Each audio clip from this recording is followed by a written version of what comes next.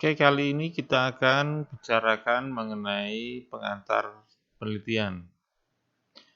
Penelitian dari kata research atau kembali, search, mencari. Mengapa kembali, mengapa mencari? Karena memang suatu penelitian itu adalah suatu pencarian kembali dari suatu siklus pencarian. Maksudnya adalah suatu penelitian biasanya itu berawal dari penelitian-penelitian terdahulu. Penelitian-penelitian terdahulu yang kemudian dikembangkan untuk pencarian penyelesaian suatu masalah yang lebih baik.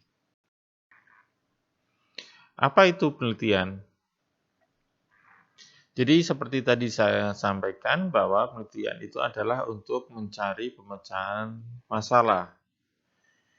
Jadi penelitian itu adalah suatu penyelidikan yang hati-hati dan sempurna. Penyelidikan yang hati-hati yang sempurna maksudnya adalah bahwa suatu penelitian itu dilakukan dengan metode-metode, cara-cara, langkah-langkah yang tepat, langkah-langkah yang lengkap, langkah-langkah yang sesuai dengan kaidah pengetahuan, dan juga pengambilan datanya pun juga harus memenuhi kaidah penelitian.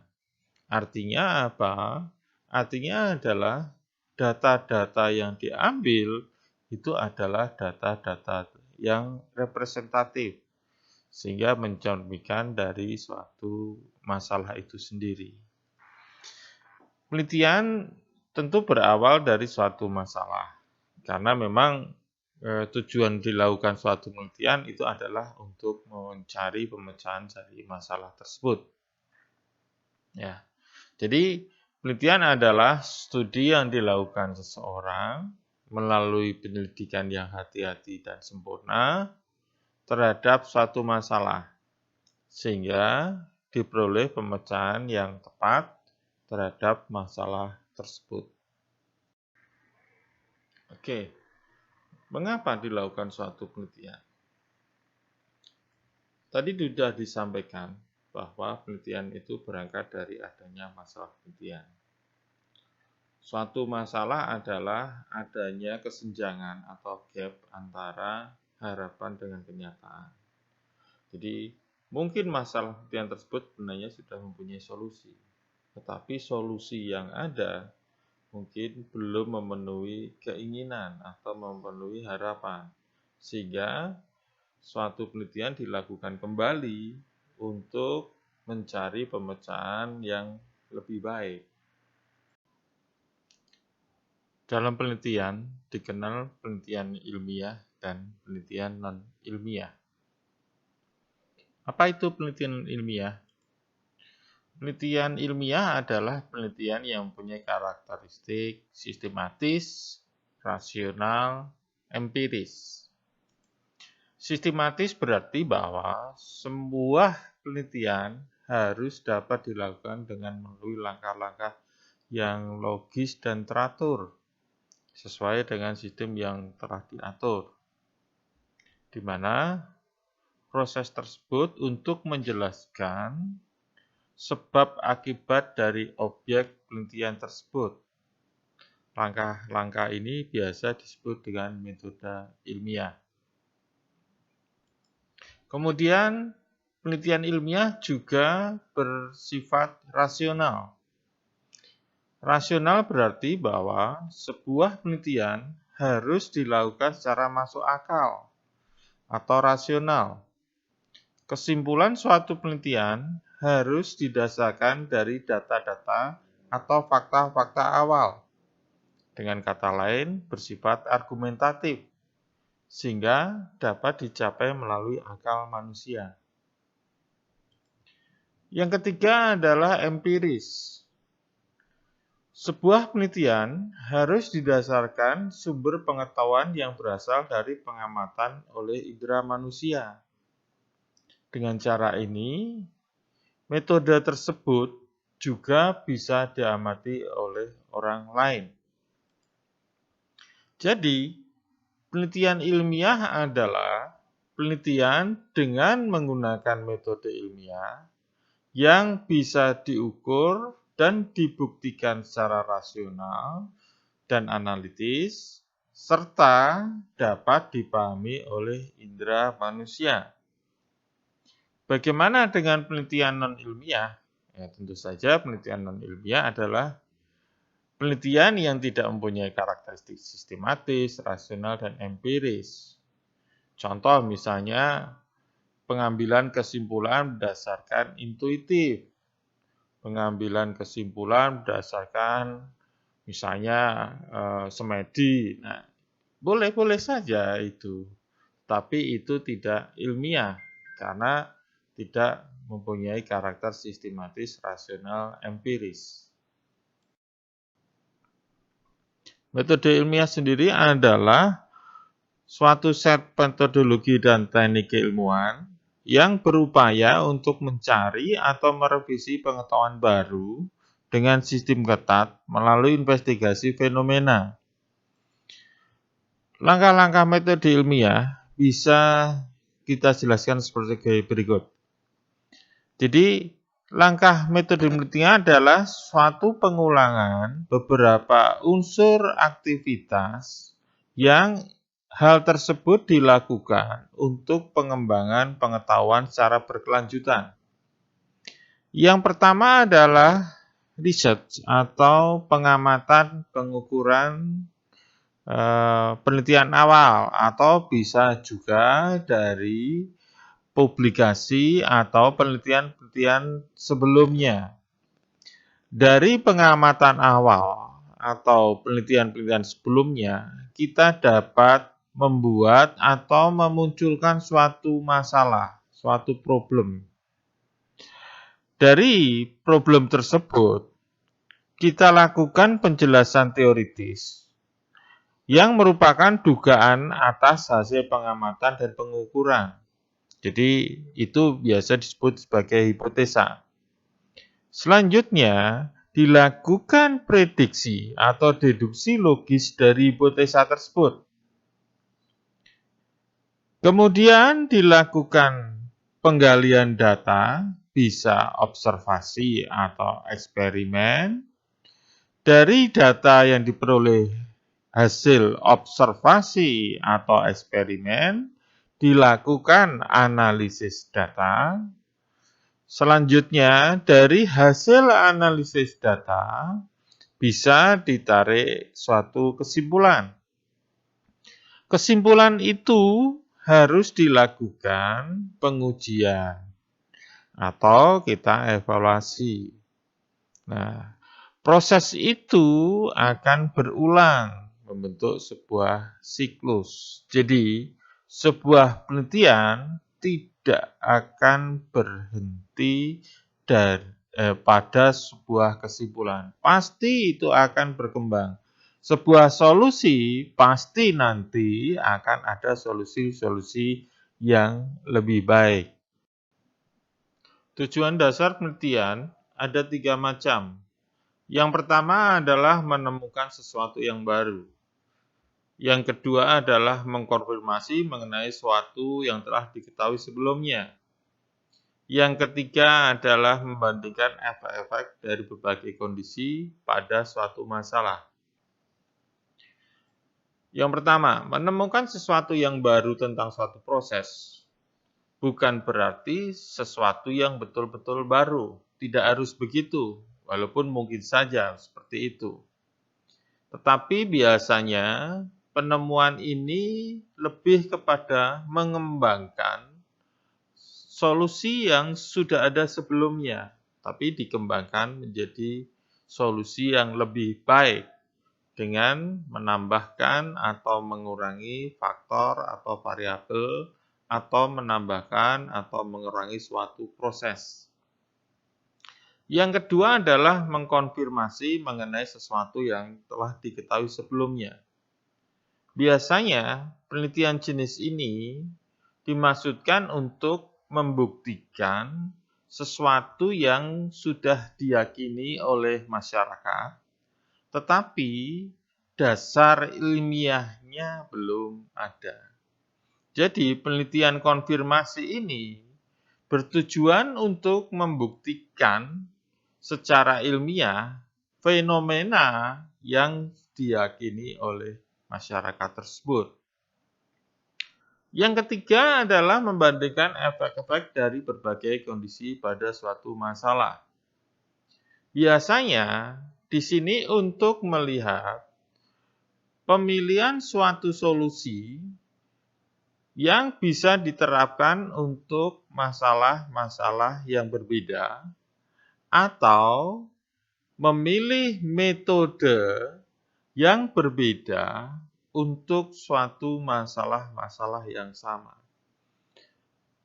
Semua metode itu baik, tapi tidak semua metode sesuai atau cocok diterapkan untuk menyelesaikan suatu masalah.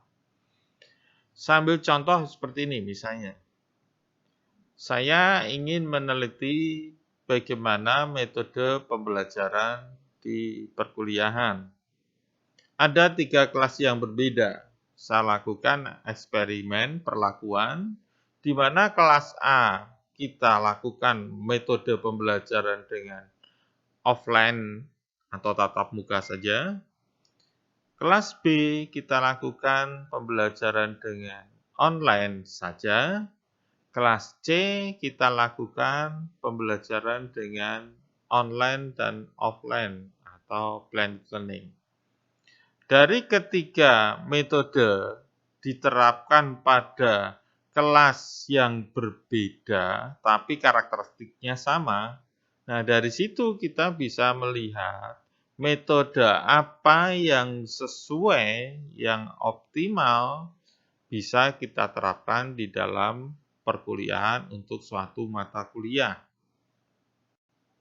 Klasifikasi penelitian. Klasifikasi penelitian dapat dikelompokkan menjadi 4 kelompok, yaitu berdasarkan aplikasinya, berdasarkan jenis informasinya, berdasarkan perlakuan data, dan berdasarkan maksud atau tujuan penelitian tersebut. Penelitian berdasarkan aplikasinya. Jenis penelitian ini terdiri dari penelitian dasar dan penelitian terapan. Tujuan dari penelitian dasar adalah menemukan atau mengembangkan teori baru. Pengetahuan yang diperoleh dari jenis penelitian seperti ini tidak dapat dimanfaatkan secara langsung atau secara praktis. Sedangkan penelitian terapan bertujuan untuk menghasilkan sesuatu yang langsung diterapkan untuk memecahkan masalah di dalam kehidupan.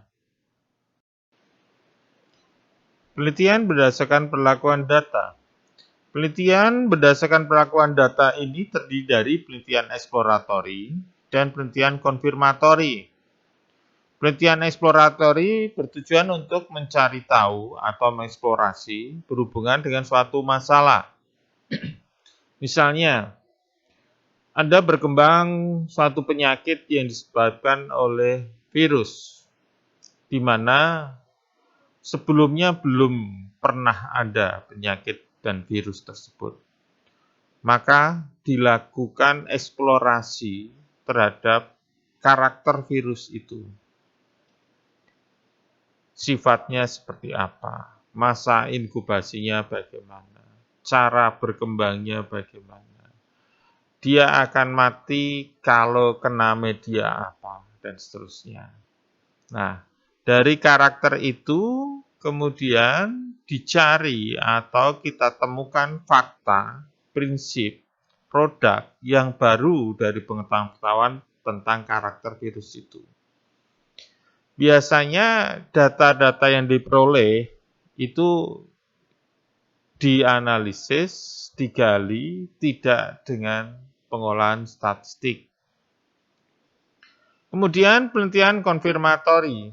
Nah, penelitian konfirmatori ini biasanya adalah kelanjutan dari penelitian eksploratori, di mana penelitian konfirmatori ini untuk menguji hipotesis atau konfirmasi secara statistik. Jadi, dari penelitian eksploratori dihasilkan sebuah pengetahuan baru atau produk atau fakta, kemudian dilakukan, diuji kebenarannya, atas produk, prinsip, dan fakta tadi dengan menggunakan pengolahan secara statistik, sehingga bisa valid secara statistik. Selanjutnya adalah penelitian deskripsi, penelitian eksperimen, dan penelitian korelasi. Penelitian deskripsi adalah suatu penelitian yang dilakukan dengan tujuan utama untuk memberikan gambaran atau deskripsi tentang suatu keadaan secara objektif. Desain penelitian ini digunakan untuk memecahkan atau menjawab permasalahan yang sedang dihadapi pada situasi sekarang. Dengan kata lain, penelitian deskriptif dilakukan untuk mendeskripsikan seperangkat peristiwa atau kondisi populasi saat ini. Penelitian deskriptif merupakan cara untuk menemukan makna baru, menjelaskan sebuah kondisi keberadaan, menentukan frekuensi kemunculan, dan mengkategorikan informasi. Biasanya pengujiannya bisa menggunakan statistik atau non-statistik. Variabelnya biasanya satu fenomena. Tapi kalau misalnya ada lebih dari satu variabel, setiap variabel dideskripsikan secara lengkap, secara detail. Metode pengambilan datanya dengan survei, ya. Dan ya ciri utamanya adalah memang menguraikan keadaan saat ini. Kemudian penelitian korelasi. Penelitian korelasi adalah penelitian yang bertujuan untuk mengungkapkan hubungan korelatif antar variabel, walaupun tidak diketahui apakah hubungan tersebut merupakan hubungan sebab akibat atau bukan. Yang dimaksud hubungan korelatif adalah hubungan yang menyatakan adanya perubahan pada satu variabel yang diikuti oleh perubahan pada variabel yang lain. Dalam hubungan korelatif, dilihat keteratan hubungan antara kedua variabel. Oleh karenanya, dalam penelitian ini harus melibatkan paling sedikit dua variabel. Untuk uji statistik, menggunakan analisis korelasi. Dalam analisis ini, nantinya akan didapatkan suatu angka yang dinamakan koefisien korelasi, yang merepresentasikan keeratan atau kekuatan korelasi antar variabel. Selanjutnya adalah penelitian eksperimen. Penelitian eksperimen adalah penelitian yang menguji suatu cara, teori, terhadap suatu penyelesaian masalah. Yang dicari adalah bentuk hubungan sebab akibat melalui manipulasi variabel independen dan menguji perubahan yang diakibatkan oleh manipulasi variabel tersebut. Metode eksperimen ditujukan untuk meneliti hubungan sebab akibat dengan cara memanipulasi satu atau lebih variabel pada satu atau lebih kelompok-kelompok kontrol yang tidak mengalami manipulasi. Pengolahan datanya, pengujiannya biasa digunakan dengan metode statistik karena data-datanya adalah data kuantitatif. Variabelnya bisa lebih dari satu atau bahkan lebih, bahkan 3 atau lebih. Ya. Berikutnya adalah penelitian kuantitatif dan penelitian kualitatif. Penelitian kuantitatif biasanya dilakukan untuk tujuan konfirmasi atau pembuktian. Proses penelitiannya adalah bersifat deduktif-induktif. Jadi mulai dari yang umum ke khusus, kemudian menghasilkan suatu kesimpulan yang bisa digeneralisasi. Metode ini digunakan dalam penelitian terhadap sampel dan populasi penelitian. Teknik pengambilan sampelnya biasanya dilakukan dengan acak atau random sampling. Sedangkan pengumpulan data dilakukan dengan cara memanfaatkan instrumen penelitian yang dipakai. Bisa menggunakan kuesioner atau daftar pertanyaan. Analisis data yang digunakan bersifat kuantitatif atau bisa diukur yang berwujud angka numerik atau bilangan dengan tujuan untuk menguji hipotesis yang ditetapkan sebelumnya. Penelitian kuantitatif memiliki sifat yang khusus, terperinci, dan statis. Alur dari penelitian kuantitatif sudah direncanakan sejak awal dan tidak dapat diubah lagi. Sehingga seperti tadi disampaikan bahwa penelitian kuantitatif ini sifatnya adalah statis, tidak fleksibel. Kemudian penelitian kualitatif. Penelitian kualitatif adalah jenis penelitian yang menghasilkan penemuan-penemuan yang tidak dapat diperoleh dengan menggunakan prosedur-prosedur statistik atau cara-cara lain dari kuantifikasi atau pengukuran. Metode ini digunakan untuk meneliti pada kondisi objek yang alamiah yang bertujuan untuk eksplorasi, di mana peneliti adalah sebagai instrumen kunci. Jenis datanya kualitatif, berupa informasi deskriptif atau eksploratif, di mana penelitian kualitatif ini memandang fakta atau kebenaran tergantung pada cara peneliti menginterpretasikan data. Hal ini dikarenakan ada hal-hal kompleks yang tidak bisa sekedar dijelaskan oleh angka. Seperti misalnya perasaan manusia. Ada perasaan manusia yang tidak bisa dikuantifikasi. Sehingga interpretasi dari peneliti sendirilah yang akan menghasilkan fakta suatu kebenaran. Analisis datanya bersifat induktif, tapi walaupun bersifat induktif, hasil penelitian kualitatif tidak menekankan pada generalisasi, tapi lebih menekankan pada artinya. Ya. Penelitian kualitatif bersifat umum, fleksibel, dan dinamis. Penelitian kualitatif ini dapat berkembang selama proses penelitian berlangsung. Jadi sedikit berbeda dengan penelitian kuantitatif, di mana kuantitatif sifatnya statis, sesuai dengan rencana awal, artinya prosedurnya harus sesuai dengan rencana awal. Tetapi kalau penelitian kualitatif, ini fleksibel, dinamis. Dia akan berkembang sesuai dengan kondisi saat penelitian berlangsung.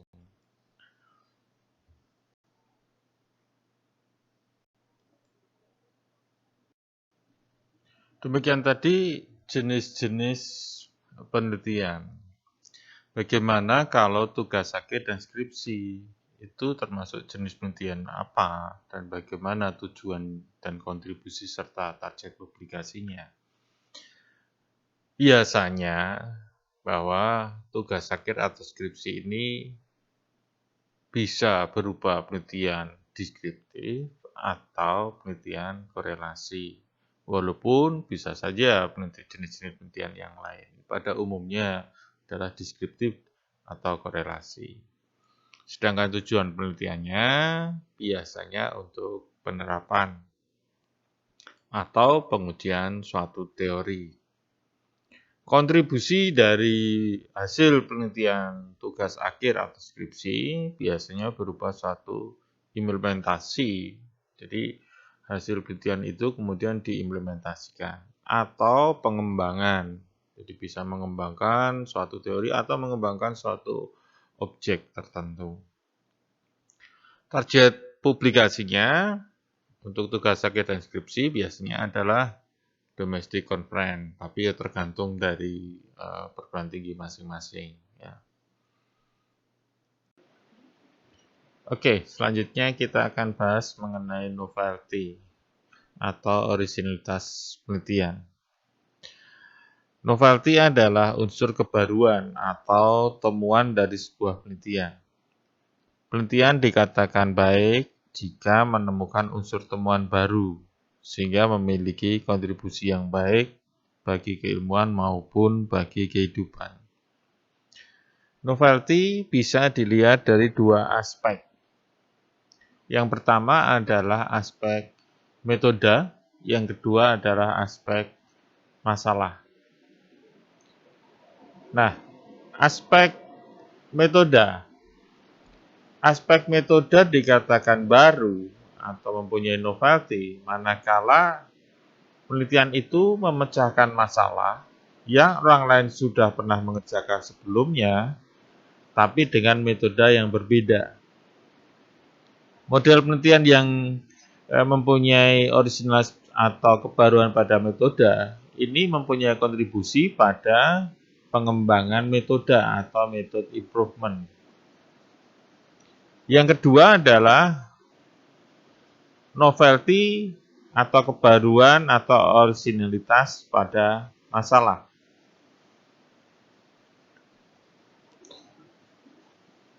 Nah, originalitas pada masalah, suatu penelitian dikatakan dia mempunyai novelty pada masalah manakala penelitian tersebut memecahkan suatu masalah yang orang lain belum pernah mengerjakan sebelumnya. Model penelitian ini berkontribusi pada penemuan masalah baru sebagai objek penerapan metode.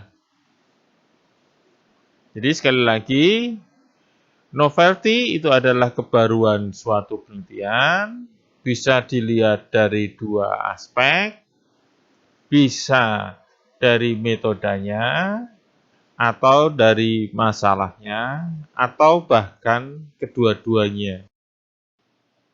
Oke, sekarang bagaimana cara menemukan tema penelitian yang mengandung kebaruan atau novelty? Sebenarnya suatu masalah itu bisa kita temukan di kehidupan kita keseharian. Mulai dari kita bangun tidur sampai kita tidur lagi. Mulai dari Anda berangkat dari rumah ke kampus atau ke tempat kerja, atau dari tempat kos ke kampus, sampai nanti tidak kampus sendiri, kemudian kembali ke rumah, di rumah sendiri. Nah, dalam kegiatan aktivitas itu, coba deh Anda amati lingkungan di sekitar Anda. Anda lihat fenomena apa yang Anda temui. Nah, kemudian coba Anda kaji fenomena-fenomena yang terjadi. Hal-hal yang sederhana, tidak perlu yang rumit-rumit lah. Jadi mulailah mengkaji fenomena yang terjadi di sekitar Anda yang Anda pahami. Kemudian dari fenomena yang Anda lihat, Anda kaji tadi, coba lakukan browsing di internet, lakukan kajian publikasi ilmiah. Apakah sudah ada penelitian sejenis yang membahas topik yang sama? Kalau kondisi pada penelitian tersebut sama dengan kondisi pada fenomena yang Anda alami, yang Anda amati tadi, ya, jadi hasil kajiannya ternyata penelitian-penelitian sebelumnya itu sudah ada. Tidak masalah.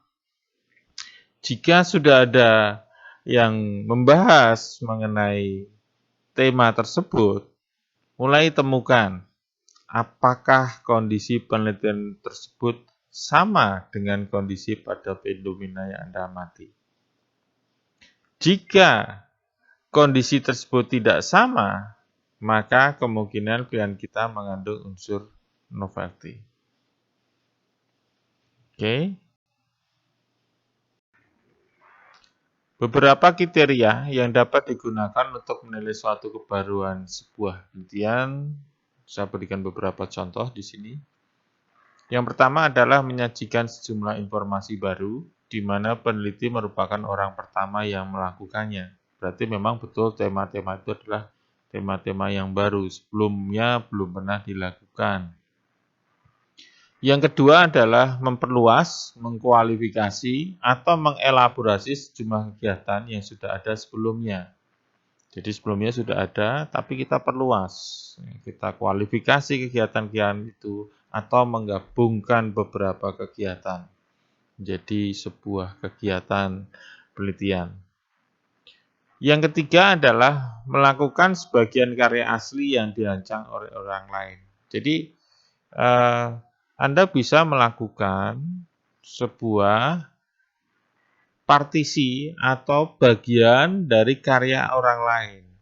Nah, kemudian dari sebagian karya ini dicoba diterapkan pada suatu objek tertentu. Bagaimana kondisinya? Yang keempat adalah mengembangkan produk baru untuk meningkatkan sesuatu. Jadi produknya sudah ada, bagaimana produk itu dikembangkan supaya bisa memberikan nilai tambah. Bisa efisiensinya, bisa efektivitasnya, atau hal-hal yang lain yang pada akhirnya akan memberikan nilai tambah atau penguatan terhadap produk tersebut. Yang kelima adalah menafsir ulang suatu teori, mungkin pada konteks yang berbeda. Jadi ada suatu teori, tapi diterapkan pada konteks yang berbeda. Gimana kita tafsir ulang? Apakah teori itu sesuai dengan konteks yang berbeda? Kemudian yang keenam adalah menunjukkan originalitas dengan menguji ide seseorang. Jadi originalitas sebenarnya bisa saja kita lakukan penelitian pengujian, konfirmasi.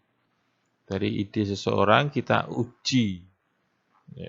Idenya itu diuji bisa dengan metode yang berbeda atau dengan masalah yang berbeda, boleh. Jadi penelitian terapan. Jadi biasanya ide itu kan berupa hasil penelitian yang sifatnya penelitian dasar, bisa kita lakukan penerapan dari ide hasil penelitian dasar tersebut. Kemudian yang berikutnya adalah melakukan pekerjaan empiris yang belum pernah dilakukan sebelumnya. Jadi di sini adalah melakukan penelitian dengan mengambil data-data yang masalahnya ini sebelumnya belum pernah dibahas. Jadi ada proses pekerjaan empiris. Jadi mengambil data-data, menganalisa, kemudian menarik kesimpulan dari suatu objek masalah.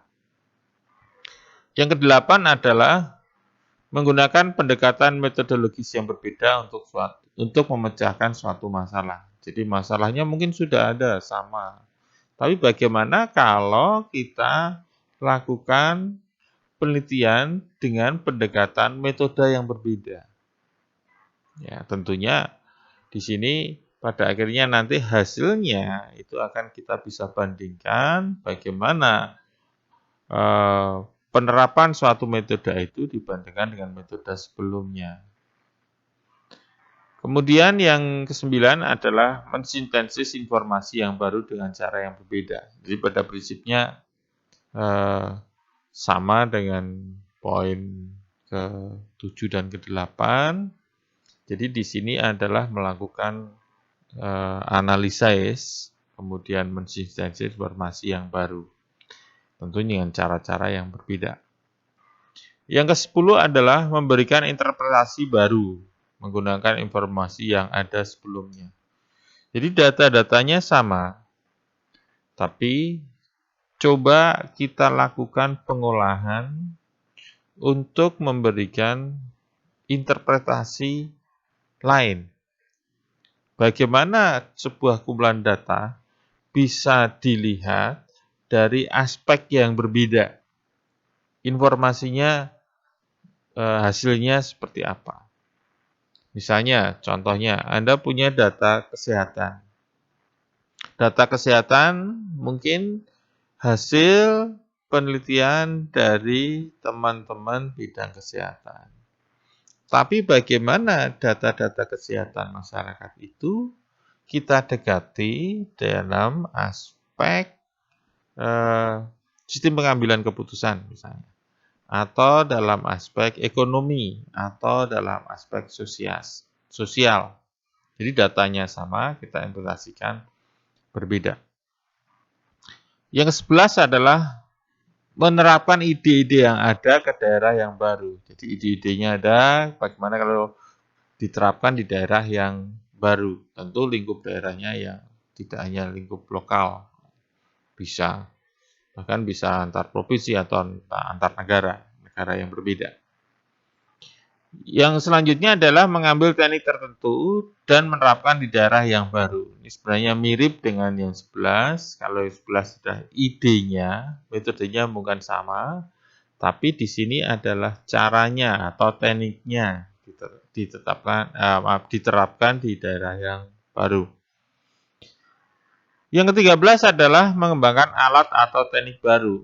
Masalahnya sudah sama, tapi bagaimana kalau kita kembangkan alat yang baru, yang lebih efisien misalnya. Membangun sistem informasi yang lebih efisien, boleh saja. Yang ke-14 adalah mengambil pendekatan yang berbeda. Misalnya perspektif lintas disiplin. Jadi sebenarnya mirip-mirip dengan interpretasi data yang berbeda tadi, tapi kita lihat dari aspek disiplin ilmu yang berbeda. Data kesehatan, bagaimana kalau kita lihat dari aspek bisnis, bagaimana kalau kita lihat dari aspek teknologi, bagaimana kalau kita lihat dari aspek sosial, dan seterusnya. Yang ke-15 adalah mengembangkan portofolio kerja berdasarkan penelitian. Jadi mengembangkan portofolio kerja berdasarkan penelitian adalah dari hasil penelitian itu kemudian dilakukan pengembangan prosedur kerja atau portofolio kerjanya. Yang ke-16 adalah menambah pengetahuan dengan cara yang belum pernah dilakukan sebelumnya. Jadi, kita bisa menghasilkan sebuah pengetahuan, mengembangkan pengetahuan, tapi dengan cara-cara yang sebelum pernah dilakukan. Jadi, mengembangkan metode